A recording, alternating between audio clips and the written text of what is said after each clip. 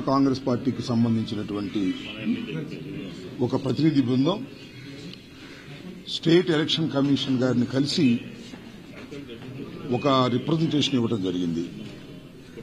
దీనికి ప్రధానమైన కారణం ఏమిటంటే నిన్న తిరుపతిలో డిప్యూటీ మేయర్ ఎన్నిక సందర్భంగా జరిగినటువంటి అక్రమాల గురించి ఎలక్షన్ కమిషన్ గారికి వివరించేందుకు మేమందరం రావటం జరిగింది. 3వ తారీఖున తిరుపతిలో డిప్యూటీ మేయర్ ఎన్నిక జరగనున్నది. దానికి సంబంధించి శేఖర్ రెడ్డి అనే వ్యక్తిని ఒక కార్పొరేటర్ని మేము డిప్యూటీ మేయర్ అభ్యర్థిగా ప్రకటించడం జరిగింది. ఇంకా నామినేషన్ కూడా వేయలే. ప్రకటించగానే ఆయన మీద తీవ్రమైన ఒత్తిడి తీసుకొచ్చారు.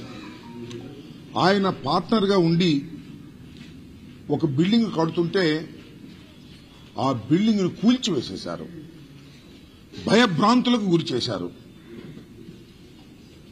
లీగల్గా చట్ట ప్రకారంగా ఏదైనా ఒక భవంతిని కూల్చాలి అంటే దానికి లీగల్ నోటీస్ ఇవ్వాలి. కానీ ఏ విధమైన నోటీసు లేకోకుండా దారుణంగా దుర్మార్గంగా పోలీస్ బందోబస్తును పెట్టుకుని ఆ బిల్డింగ్ ని కూల్చివేసి నువ్వు డిప్యూటీ మేయర్గా పోటీ చేయడానికి వీల్లేదని, ఇంకెవరైనా ఉంటే వారిని కూడా ఈ విధంగానే చేస్తామనేటువంటి మాట మాట్లాడుతున్నారు. శిరీష్ గారు ఎవరైతే చైర్పర్సన్ గా ఉన్నారో, మేయర్గా ఉన్నారో ఆమె కూడా వెళ్లి అడ్డుకోవడానికి ప్రయత్నం చేసింది. ఆమెను కూడా లెక్క చేయకోకుండా ఈ రకమైనటువంటి దారుణానికి పాల్పడుతున్నారు. నేను ఇక్కడ చెప్పదలుచుకున్నది ఏమిటంటే, చంద్రబాబు నాయుడు గారు రాజ్యసభ సభ్యుల్ని, మెంబర్ ఆఫ్ లెజిస్లేటివ్ కౌన్సిల్ని ఎవరైనా పార్టీలో చేరతామంటే ఆయన ఏం చెప్తున్నాడంటే బహిరంగంగా రాజీనామా చేసి రండి, మేము చేర్చుకోం, రాజీనామా చేసి వస్తేనే మేము చేర్చుకుంటాం అనేటువంటి మాట చాలా సందర్భాల్లో మాట్లాడారు.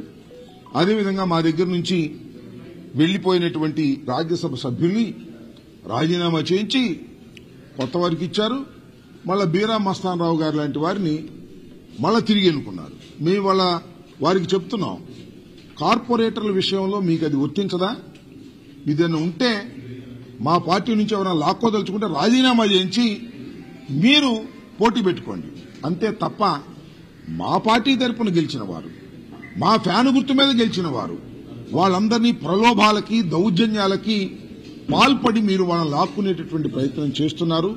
ఇది చాలా దుర్మార్గమైనటువంటి విషయం.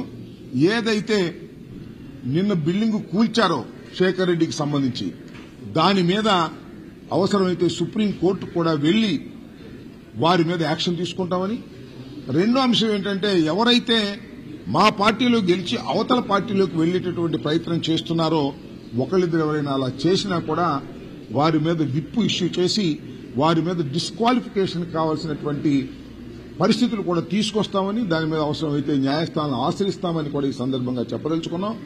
ఎవరైతే అక్కడ కలెక్టర్ గాని కమిషనర్ గాని ఎవరైతే ఉన్నారో వారు ఆల్రెడీ తెలుగుదేశం గుప్పెట్లోకి వెళ్లిపోయి ఈ ఎన్నికలను వన్ సైడెడ్ గా చేసుకోవాలనేటువంటి ప్రయత్నం చేస్తున్నారు. కాబట్టి వారిని విధుల నుంచి తప్పించి సిన్సియర్ గా ఉండేటటువంటి అధికారులను వేయవలసిందిగా కూడా మేము ఎలక్షన్ కమిషన్ వారిని కోరటం జరిగింది. వారి యాక్షన్ మేరకు ఏం చేస్తారని ఎదురు చూస్తున్నాం. న్యాయం జరుగుతుందని భావిస్తున్నాం. ఇంకొక విషయం కూడా ఇక్కడ ప్రస్తావన చేయాలి, దీనికి సంబంధం లేకపోయినా ఈ రోజు తెల్లవారుజామున 3 గంటలకి కిర్లంపూడిలో ముద్రగడ పద్మనాభం గారి ఇంటి మీద దాడి జరిగింది. ఒక గుర్తు తెలియని వ్యక్తి, అప్పటికి గుర్తు తెలియని వ్యక్తి ఒక ట్రాక్టర్ తీసుకొచ్చి ముద్రగడ పద్మనాభం గారి ఇంటి గేటుని గుద్ది ప్రాంగణంలోకి ప్రవేశించి పోర్టికోలో ఉన్న కారుని ఈ ట్రాక్టర్తో గుద్దించి డ్యామేజ్ చేశారు. దాంతోపాటు అక్కడ రౌండ్లు వేసి ముద్రగడ పద్మనాభం గారి ఫ్లెక్సీలు, జగన్మోహన్ రెడ్డి గారి ఫ్లెక్సీలు, వారి అబ్బాయి గిరి ఫ్లెక్సీలు కూడా చించేసి ఒక అరాచకమైనటువంటి పరిస్థితిని సృష్టించారు. అతను ఎవరు ఏమిటి అని వెళ్లి అడిగితే నేను పిఠాపురం ఎమ్మెల్యే గారి తాలూకా అని మాట్లాడుతా ఉన్నాడు. నిజంగానే ఎంక్వైరీ చేస్తే పోలీసులు వచ్చారు, పోలీసులు పట్టించారు. అక్కడ ఆ ఆవేశంలో 4 దెబ్బలు కూడా వేశారు అతన్ని, పోలీసులు పట్టించి చేశారు.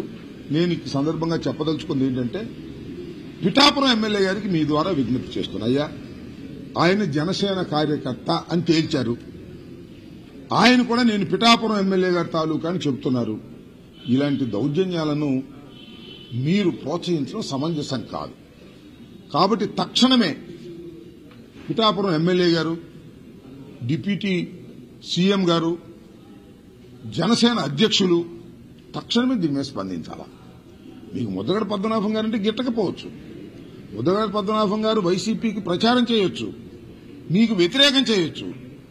అయితే ఇలా జనసేనకు సంబంధించినటువంటి వ్యక్తులు ఇంటి మీద దాడి చేయటాన్ని మీరు ఖండించకపోతే ఈ ప్రజాస్వామ్యంలో మీరు దౌర్జన్యాలను ప్రోత్సహించేటటువంటి వ్యక్తిగా ముద్రపడేటువంటి అవకాశం ఉంది. తక్షణమే డిప్యూటీ సీఎం గారు, జనసేన అధ్యక్షులు దీని మీద నోరు విప్పి చెప్పవలసినటువంటి అవసరం ఉందని ఈ సందర్భంగా నేను చెప్పదలుచుకున్నాను. ఇలాంటి సంఘటనలను ప్రజాస్వామ్యంలో అందరూ ఖండించాలి. నివాసాల మీదకి వెళ్లి దాడులు చేసేటటువంటి పరిస్థితి ఇవాళ మీరు కల్పిస్తున్నారు. దీనికి కూటమి ప్రభుత్వం బాధ్యత వహించవలసిన అవసరం ఉంటుందని, ఎవరైతే దాడికి పాల్పడ్డారో వారి మీద పోలీసు వారు కఠినమైన చర్యలు తీసుకోవాల్సిందిగా కూడా